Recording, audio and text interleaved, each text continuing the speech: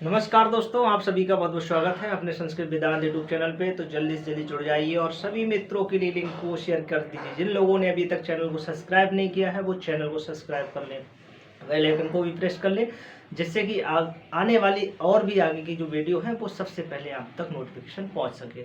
जैसे कि आपके लिए हमने जो एक निश्चय दृढ़ किया है कि आपको सुपर टेट और टेट और सी टेट से संबंधित जो संस्कृत है वो आपके लिए पूरा पढ़ाएंगे। पूरा बैच आपके लिए पढ़ाया जाएगा, एकदम बिंदु बार बिंदु चलेगा, इसीलिए इसके लिए स्पेशल क्लासेस रखा गया है। चलिए दोस्तों, हम बात करते हैं, अपने टॉपिक पे आते हैं। जिन मित्रों के लिए अभी यदि अपने मोबाइल में ही दिख रहा हो, यदि कम दिख रहा हो, थोड़ा सा धुंधला दिख रहा हो, तो आप अपने मोबाइल की क्वालिटी को बढ़ा लें। ठीक है, 360 क्वालिटी पे कर लेंगे तो बहुत अच्छे से आपका दिखने लगेगा। चलिए बात करते हैं अपने संज्ञा प्रकरण में। संज्ञा प्रकरण हमारा चल रहा है। संज्ञा प्रकरण में हमारी बहुत सारी वीडियो हो भी चुकी हैं, क्योंकि प्रत्येक बिंदु को बहुत गहनता से ध्यान दिया जा रहा है। यदि आप इस तरीके से पढ़ते रहेंगे तो 100% आपका संज्ञा प्रकरण से कोई भी प्रश्न बाहर नहीं जाएगा। ऐसे ही हमने एक वर्णमाला पढ़ाया, वर्णमाला में भी हमारी 8-10 वीडियो बनी है, उसमें भी आपका कोई भी क्वेश्चन बाहर नहीं जाएगा यदि आप बिल्कुल ध्यानपूर्वक शुरू से लेकर अंत तक बने रहेंगे। तो चलिए हम प्रारंभ करते हैं। देखिए, हमारा इससे पहले का दिया गया है, हमने अलो अंत्यादि पूर्व पढ़ाया था, इसको बहुत अच्छे से एक्सप्लेन किया गया है इससे पहले की वीडियो में, आप वहां जाके देख सकते हैं। ठीक है, चलिए हम प्रारंभ करते हैं नेक्स्ट सूत्र पे, क्योंकि संज्ञा प्रकरण हमारा चल रहा है। ठीक है, और संज्ञा प्रकरण में हमने बहुत सारे सूत्रों को पढ़ा भी दिया गया है। आज हम नेक्स्ट सूत्र की बात करेंगे, जिसमें बात करेंगे पद संज्ञा की। किसकी करेंगे? पद। तो अब आता है कि पद संज्ञा करने वाला सूत्र किसे कहते हैं? पद संज्ञा किसकी होती है? पद संज्ञा। अब देखिए, पद क्या होता है? पद कहा शुभ तिगंतम पदम। क्या कहा? शुभ तिगंतम, शुभ तिगंतम पदम। देखिए, शुभ तिगंतम पदम, इसका ध्यान देना है हमें कि शुभ तिगंतम पदम हमें पढ़ना है। अब देखिए, शुभ तिगंतम पदम में हमने क्या सीखना है कि सबसे पहले तो एक प्रश्न बनेगा कि पद संज्ञा करने वाला कौन सा सूत्र होता है। पद संज्ञा करने वाला कौन सा सूत्र होता है, तब आपको बताना है शुभ तिगंतम पदम, अर्थात शुभ और तिंग प्रत्यय जो होते हैं वो क्या करते हैं? पद संज्ञा करते हैं। दूसरा यहीं पर प्रश्न क्या बनेगा आपका? दूसरा प्रश्न बनेगा कि पद संज्ञा किसकी होती है या किन दो की पद संज्ञा होती है। तो दो इसमें क्या है? एक तो हमारा क्या है? शुभ है। देखिए, यहीं से देखिए, एक क्या है हमारा? शुभ है। क्या है? शुभ। और एक है हमारा तिंग। ठीक है, तिंग है। तो एक हमारा क्या है? शुभ है, एक है हमारा तिंग। तो इन दो की क्या होती है? पद संज्ञा होती है। किसकी? शुभ और तिंग की क्या होती है? हमारी पद संज्ञा होती है। यहीं पे बात बनती है कि भैया जो शुभ होते हैं, इन शुभों की संख्या कितनी होती है? तो आप इन शुभों की संख्या के लिए क्या कहेंगे? इन शुभों की संख्या आपकी कितनी रहेगी? 21 रहेगी। सबसे पहले इंपॉर्टेंट क्वेश्चन ये रहेगा कि आपसे पूछ लेगा शुभों की संख्या कितनी होती है, तो आपका आंसर आना चाहिए शुभों की संख्या हमारी 21 होती है। उसके बाद में आया भैया तिंग, तो तिंग की संख्या कितनी होती है? तो आप कहेंगे 18 होती है। आप क्या कहेंगे? 18 होती है। तो जब शुभ और तिंग हमारे बन लगते हैं तो हमारा क्या बनता है? पद बनता है। अब देखिए पद कैसे, ये तिंग हमारे कहाँ लगते हैं? ये हमारे क्रियाओं में लगते हैं, ये हमारी धातुओं में लगते हैं। ठीक है, शुभ हमारे किस में लगते हैं? शुभ आपके जो है प्रातिपदिक में लगते हैं। किसमें? प्रातिपदिक में लगते हैं। जब किसी संज्ञा या प्रातिपदिक जो हम होता है उसको जब हम पद बनाते हैं तो पद बनाने के लिए हमें शुभ की आवश्यकता पड़ती है, क्योंकि संस्कृत में कहा गया है अपदम न प्रयुज्यते, अर्थात अपद का हम प्रयोग नहीं करते हैं, हमेशा क्या करते हैं? पद का ही प्रयोग करते हैं। जब तक हम शुभ का प्रयोग नहीं कर देंगे तब तक हम उसको अपद मानते हैं। तो जैसे हमने देखा कि हमने पद का बनाना है, तो देखिए शुभ प्रत्यय हमारे कौन से होते हैं? शुभ प्रत्ययों को जान लीजिए। शुभ प्रत्यय हमारे 21 होते हैं। जैसे हमारी विभक्तियां 7 होती हैं, उसी तरीके से ऐसे 1 2 3 4 5 6 और 7 ये हो गया। उसके बाद में हम जब स्टार्ट करते हैं तो सबसे पहले क्या करेंगे, सु से ऐसे करेंगे, सु औ जस। दूसरा करेंगे औट और सस, ठीक है। फिर करेंगे टा, भ्याम और भिस, टाभ्याम भिस।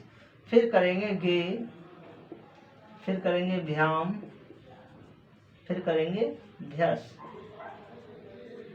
फिर करेंगे गसी, गसी, फिर करेंगे भ्याम, फिर क्या करेंगे भ्यस। उसके बाद में देखिए गस,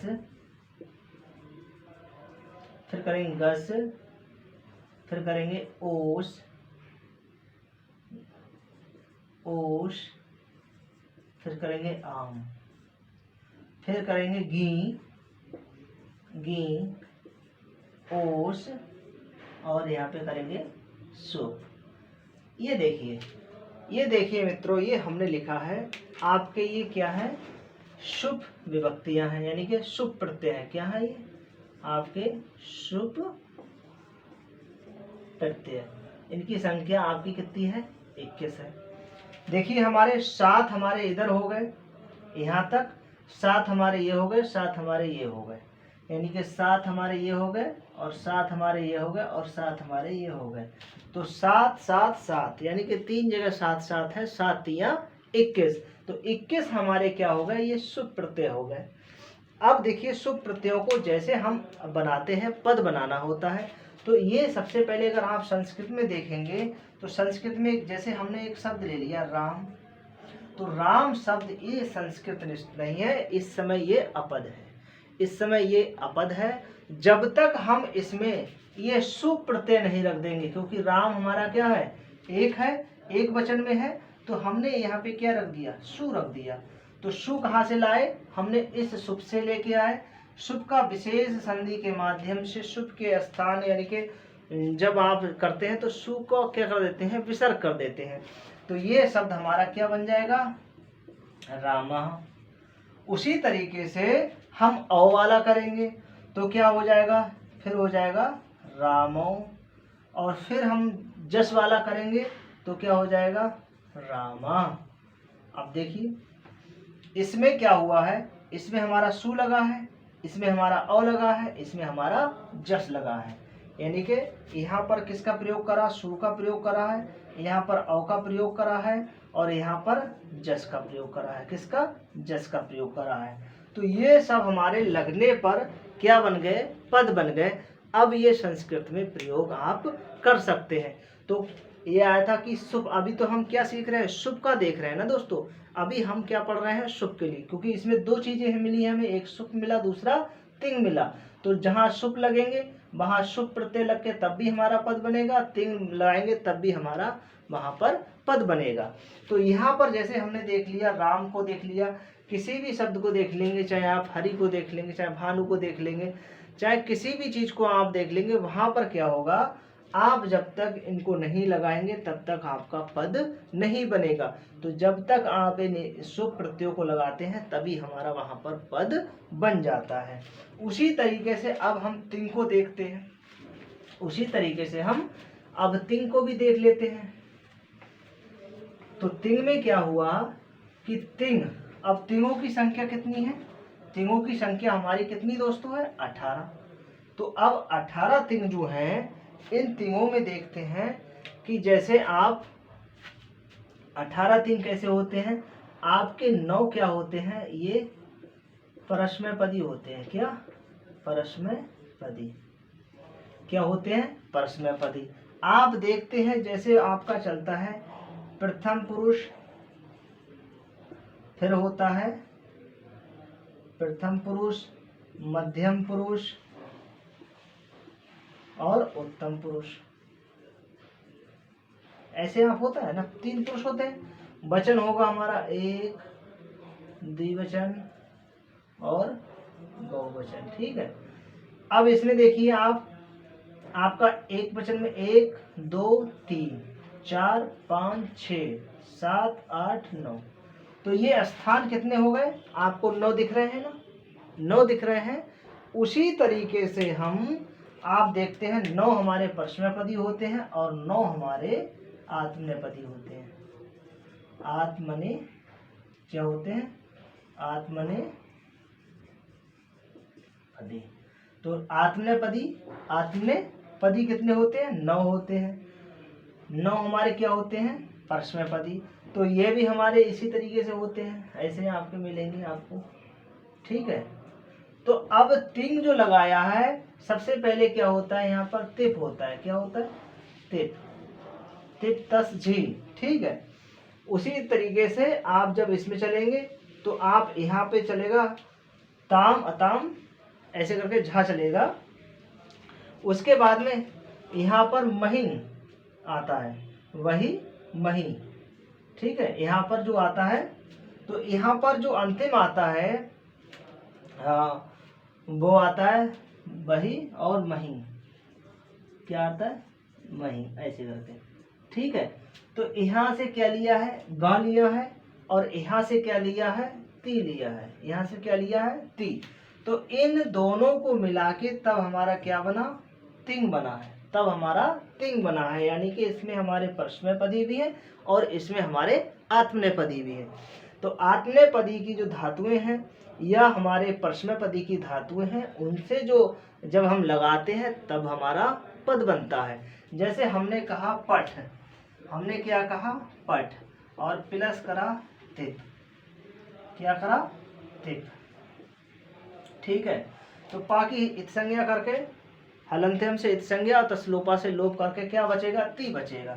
ठीक है, तो इसको अब ये हमारा देखिए पठ है। पठ हमारा कोई एक ऐसा शब्द पद नहीं है, ना इसका कोई ऐसा सटीक अर्थ निकल रहा है, लेकिन हम इसी को जब हम तिप का प्रयोग कर देंगे तो हम शब्द क्या बन जाता है हमारा? पठति। क्या बनता है?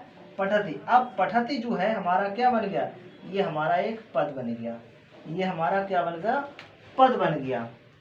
उसी तरीके से हमारा आत्मनेपदी में भी चलते हैं। आत्मनेपदी की कुछ विशेष धातुएं होती हैं, तो आत्मनेपदी में भी ये चलता है। ठीक है, तो आप इतना ध्यान रखेंगे कि शुभ और तिंग जो होते हैं ये हमारे दो, यहाँ पर शुभ और तिंग दोनों अलग अलग हैं। शुभ लगा के और शुभ भी लगा के हमारा क्या बनता है? पद बनता है, और तिंग भी लगा के हमारा क्या बनता है?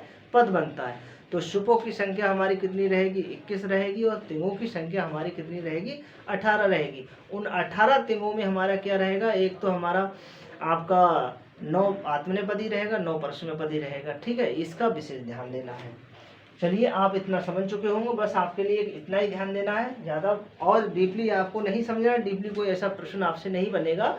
आपसे जो प्रश्न बनेगा वो कहा जाएगा कि पद संज्ञा करने वाला सूत्र कौन सा है, तो आप कहेंगे शुभ तिङंतम पदम। अब ये कहेगा कि यहाँ पे शुभ लिख देगा, शुभ तिंग, और डाट डाट डाट कर देगा कि आगे भरिए क्या होगा, तो आपको याद रखना है पदम, तो पदम आप भर दीजिए। फिर कहेगा आपको तिंग, तिंग करने वाले, तिंग के अंतर्गत आने वाले कितने होते हैं, तो आप कहेंगे 18 तिंग होते हैं। और शुभ, शुभ कितने होते हैं, तो आप कहेंगे 21 होते हैं। यही हमारे नॉर्मल क्वेश्चन बनते हैं। चलिए आगे फिर हम कुछ दूसरा सूत्र देखते हैं। इतना समझ चुके होंगे आराम से आप। कहीं पे भी आप अगर कहीं दिक्कत आ रही, कहीं नहीं समझ पा रहे हैं, तो आप जरूर कमेंट बॉक्स में लिख के बताइएगा, जिससे कि हम और भी सुधार कर सकें, आपके लिए और बेहतर कर सकें। ठीक है, तो जिन मित्रों ने अभी तक हमारे चैनल को सब्सक्राइब नहीं किया, वो चैनल को सब्सक्राइब जरूर कर ले, और आप वीडियो देखते हैं तो लाइक जरूर कर दीजिएगा। चलिए और हम देखते हैं आगे। पद संज्ञा हो गया, अब एक संहिता देख लेते हैं। क्या? संहिता संज्ञा। संहिता संज्ञा। ठीक है, संहिता संज्ञा देखना है, तो इसका सूत्र आपका आता है परासन्निकर्ष। परासन्निकर्ष, परासन्निकर्ष संहिता। परासन्निकर्ष संहिता। अब देखिए ये आपका कैसा सूत्र है, तो आप ये कहेंगे ये हमारा संज्ञा सूत्र है। कैसा है? ये आपका संज्ञा सूत्र है। कैसा है? आपका संज्ञा सूत्र है दोस्तों। बहुत ही ज़्यादा इम्पोर्टेंट प्रश्न है। आपकी कोई भी परीक्षा हो, चाहे आपकी टीजीटी हो, चाहे पीजीटी हो, चाहे आपका हायर का हो, सब जगह ये प्रश्न तो आपका एकदम बनता ही बनता है। कहा जाता है कहाँ संहिता होती है, तो आप क्या बताएंगे संहिता कहाँ होती है? तो भैया ध्यान देना है हमें। यहाँ पे कहा गया है परासन्निकर्ष संहिता, अर्थात उन वर्णों के जो वर्णों में अत्यंत समीपता होती है, जहाँ पर वर्णों की अत्यंत समीपता होती है, वही हमारी क्या कही जाती है? संहिता कही जाती है। जहाँ पर अत्यंत जो वर्ण है हमारे, जहाँ वर्णों की अत्यंत समीपता होती है, उसी को हम क्या कहते हैं? संहिता कहते हैं। संहिता का तात्पर्य ये होता है, संहिता का अर्थ ही ये होता है कि जहाँ पर वर्णों की समीपता हो, तो वही हमारी क्या कहलाती है? संहिता कही जाती है। और कहा परासन्निकर्ष। अब देखिए पर माने बाद में, और पहले का जैसे हम कोई संधि में देखते हैं तो वहाँ पर वर्णों की हम अत्यंत समीपता देखते हैं, यानी कि वहाँ पर संहिता देखते हैं। जैसे हमने शब्द लिया, कहा मधु प्लस अरि, ठीक है, मधु प्लस अरि, तो शब्द हमारा क्या बना? मध्वरि। अब देखिए यहाँ पर क्या है, ये देखिए यहाँ पर क्या है? उ है और यहाँ पर आ है, ठीक है। तो इन वर्णों की क्या है? इन वर्णों की समीपता है।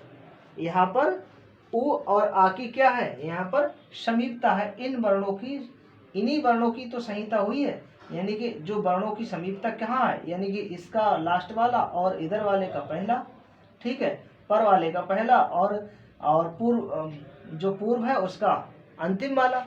तो इन वर्णों की यहाँ पर क्या हुई है? इन वर्णों की हमारी संहिता हुई है। उसी से देखते हैं, जैसे आप और देख लीजिए, जैसे आप देख लेते हैं, और भी आप उदाहरण देख लेते हैं। जैसे आप देखते हैं भानुदया शब्द, तो क्या बनेगा? भानु प्लस उदया। अब देखिए यहाँ पर क्या है? यहाँ पर आपका उ है और यहाँ पर भी आपका उ है। तो ये दो वर्ण हैं जो इनकी क्या है? समीपता है। इन वर्णों की क्या है? समीपता है। तो यही हमारे क्या है? यही आपकी संहिता कहलाएगी। सीधा सीधा है, सिंपल तरीका है कि आप इसमें जानेंगे। जैसे जिन वर्णों की जहाँ पर समीपता होती है, वही हमारी क्या कहलाई जाती है? संहिता कहलाई जाती है, ठीक है। तो आप इतना समझ गए होंगे कि संहिता क्या होती है। तो संहिता संज्ञा करने वाला सूत्र कौन सा है? परासन्निकर्ष संहिता। और ये संधि में हम विशेष करके देखते हैं। कहाँ? संधि में आप इसको विशेष करके देखते हैं, वर्णों की अत्यंत समीपता, ठीक है। आगे देखते हैं, एक नेक्स्ट सूत्र की तरफ चलते हैं। इतना समझ गए होंगे। परा करके दे देगा, उसके बाद में पूछ लेगा बताइए इसके आगे क्या भरा जाएगा, तो सन्निकर्ष भरा जाएगा। या परासन्निकर्ष दे देगा, फिर आपको आगे बताएगा कि क्या लिखा जाएगा। परासन्निकर्ष लिख देगा, आगे संहिता नहीं लिखा होगा, तो संहिता आपको पढ़ना पड़ेगा कि संहिता क्या होता है। तो परासन्निकर्ष संहिता ऐसे करके आप इसको जोड़ देंगे। उसके बाद में आप देख लेते हैं एक शत संज्ञा। क्या? शत संज्ञा। शत संज्ञा हमें पढ़नी है। अब शत संज्ञा के अंतर्गत जो हमारा सूत्र आता है, तो वो क्या आता है? तो शत, तो शत। अब ये तो शत जो है, इन तो से क्या तात्पर्य है? तो से मतलब है दो से। क्या है? एक है हमारा क्षत्रिय और एक है शानच, ठीक है। तो क्षत्रिय और शानच की क्या संज्ञा होती है? शत संज्ञा होती है। दोनों की क्या होती है? आपकी शत संज्ञा होती है, ठीक है। क्षत्रिय का क्या बचता है? अत बचता है, और शानच का आन बचता है, ठीक है। इसका आन शेष बचेगा, ये क्या है? शेष। और यहाँ पर ये क्या है? ये भी हमारा शेष। देखिए इसलिए आपको ध्यान देना है क्योंकि आपके प्रश्न बनेगा, आपसे पूछ लिया जाएगा कि सत्री का क्या शेष बचता है, तो आप क्या बताएंगे? जब आप जानते होंगे तभी तो कहेंगे अत बचता है। या सानच का ये क्या बचता है, तो सानच का तभी तो बताएंगे कि आपका क्या बचता है, कि आप आन बचता है। लेकिन नहीं पता होगा तो आप कैसे बताएंगे? तो सौ तत्व मतलब तो सत का तात्पर्य यहाँ सत्री और सानच की क्या होती है? सत संज्ञा होती है। सत संज्ञा करने वाला सूत्र हमारा क्या है? तो सत। ठीक है, तो सत। तो आप समझ लेंगे सत संज्ञा किसकी होती है? इन दो सूत्रों की, दो प्रत्ययों की होती है, क्षत्रि और शानच की। इसका ध्यान देना। ठीक है, आगे बात करते हैं। इतना ही बस इसमें पर्याप्त है, तो सत में क्षत्रि और शानच।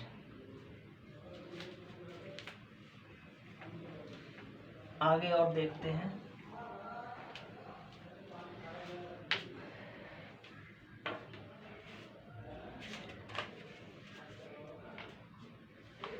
एक हमने सूत्र और आपको बताना था,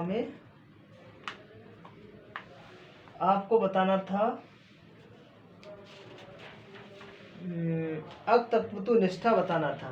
क्या बताना था? अक्तवतु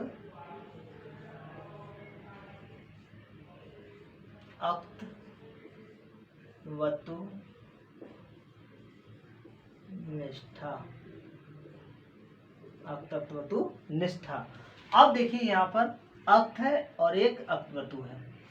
अक्त का मतलब है यहाँ पर, यहाँ से अक्त प्रत्यय हो गया, और ये क्या है? अक्तवतु।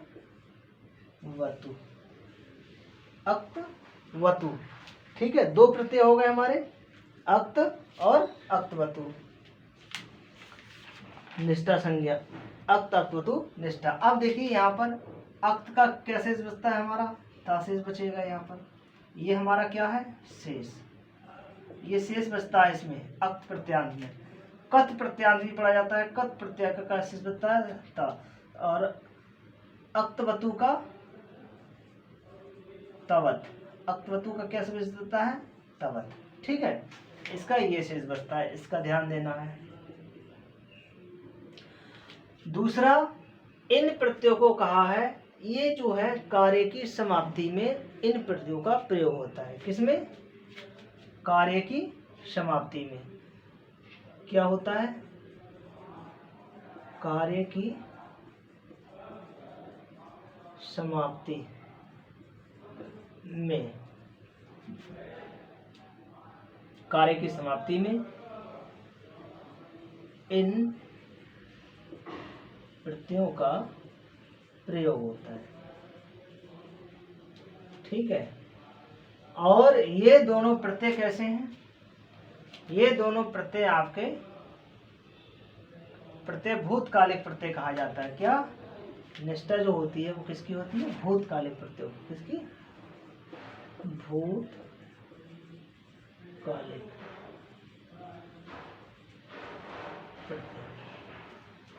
इनका प्रयोग जो है, इनका प्रयोग जो हम करते हैं,